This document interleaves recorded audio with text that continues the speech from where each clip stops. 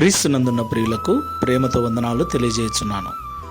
June నెల 14వ తేదీ 2026. ఈరోజు దేవుడు మనకు చేస్తున్న వాగ్దానం ఏమిటనగా, కీర్తనల గ్రంథము 46వ కీర్తన 1, 2, 3 చరణాలు. దేవుడు మనకు ఆశ్రయమును దుర్గమునై ఉన్నాడు. ఆపత్కాలములో ఆయన నమ్ముకొనదగిన సహాయకుడు. కావున భూమి మార్పు నొందినను, నడి సముద్రములలో పర్వతములు మునిగినను, వాటి జలములు ఘోషించుచు నురుగు కట్టినను, ఆ పొంగునకు పర్వతములు కదిలినను, మనము భయపడము. ఆమెన్.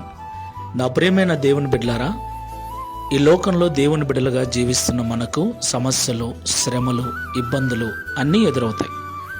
దేవుణ్ణి నమ్మినంత మాత్రమున కష్టాలు, శ్రమలు రావు అని పొరపాటున కూడా మనం అనుకోకూడదు.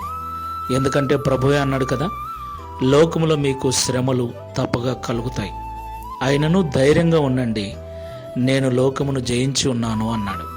దేవునికి మహిమ కలుగును గాక. అవును ప్రియులారా, దేవుడు మనకు ఆశ్రయమును దుర్గమునై ఉన్నాడు, భద్రత కలిగించు ప్రదేశమై ఉన్నాడు. ఈ లోకంలో మనకు కలిగే అపాయాలలో, ప్రమాదాలలో, ఆపత్కాలములలో మనము నమ్ముకునదగిన సహాయకుడు ఆయన ఒక్కడే. ఈ లోకం మనకు సహాయం చేస్తుంది, అయితే అది కొంతవరకే ఉంటుంది, కొద్ది రోజులే ఉంటుంది. పరిపూర్ణమైన సహాయమును ఈ లోకంలో ఎవరూ మనకు అందించలేరు. అలాంటి పరిపూర్ణ సహాయం అందించి మనల్ని విడిపించి గొప్ప చేయగల దేవుడు మనం ఆరాధిస్తున్న యేసు ఒక్కడే. కాబట్టి సమస్యలు, శ్రమలు, ఇబ్బందులు వచ్చినప్పుడు భయపడొద్దు. ఏమి జరిగినా దేవుడు మనకు తోడుగా ఉన్నాడు. ఆయన మనకు ఆశ్రయదుర్గమై ఉన్నాడు. ఈ మాటల చేత ధైర్యము నొంది విశ్వాసముతో ముందుకెళ్దాం.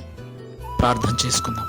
ప్రేమ కలిగిన యేసయ్య, ఆశ్రయదుర్గమైన ప్రభువా, మీకు స్తోత్రములు చెల్లిస్తున్నాం. నిజమే తండ్రి, ఈ లోకములో మా అనుకున్న వారు మా ఆర్థిక ఇబ్బందులలో, మా యొక్క సమస్యలలో కొంతవరకు సహాయం చేసినను పరిపూర్ణంగా మాకు సహాయం చేయలేరు. మాటి మాటికి అడిగినప్పుడు విసుగు చెంది మమ్మల్ని దూరంగా పెడతారు.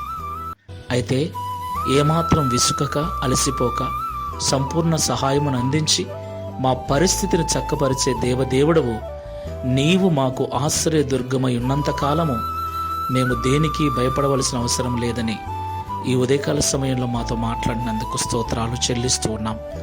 ఈ ప్రార్థనలో ఏకీభవిస్తున్న బిడ్డలలో చుట్టూ ఉన్న భయానక పరిస్థితులను బట్టి, ఇబ్బందులను బట్టి, ఆర్థిక ఇబ్బందులను బట్టి నలిగిపోతూ ఉంటే, సహాయం చేయవారు ఎవరూ లేక తలడిల్లిపోతూ ఆకాశం వైపు కన్నులెత్తి నీ వైపు చూస్తున్న వారుంటే దయతో జ్ఞాపకం చేసుకొని వారికి ఆశ్రయదుర్గమై ఆపత్కాలములన్నిటి నుండి విడిపించి, సమస్యలన్నిటి నుంచి విడిపించి సాక్షులుగా నిలబెట్టుకునమని, అట్టి ధైర్యమును ఈ ప్రార్థన ద్వారా, ఈ మాటల ద్వారా మీరు అనుగ్రహించి వారి జీవితముల ద్వారా మీరే మహిమ, ఘనత, ప్రభావములు పొందుకొనమని, తద్వారా ఈ దిన వాగ్దానమును మా అందరి జీవితంలో నెరవేర్చమని యేసు నామములు అడుగుచున్నాము తండ్రి.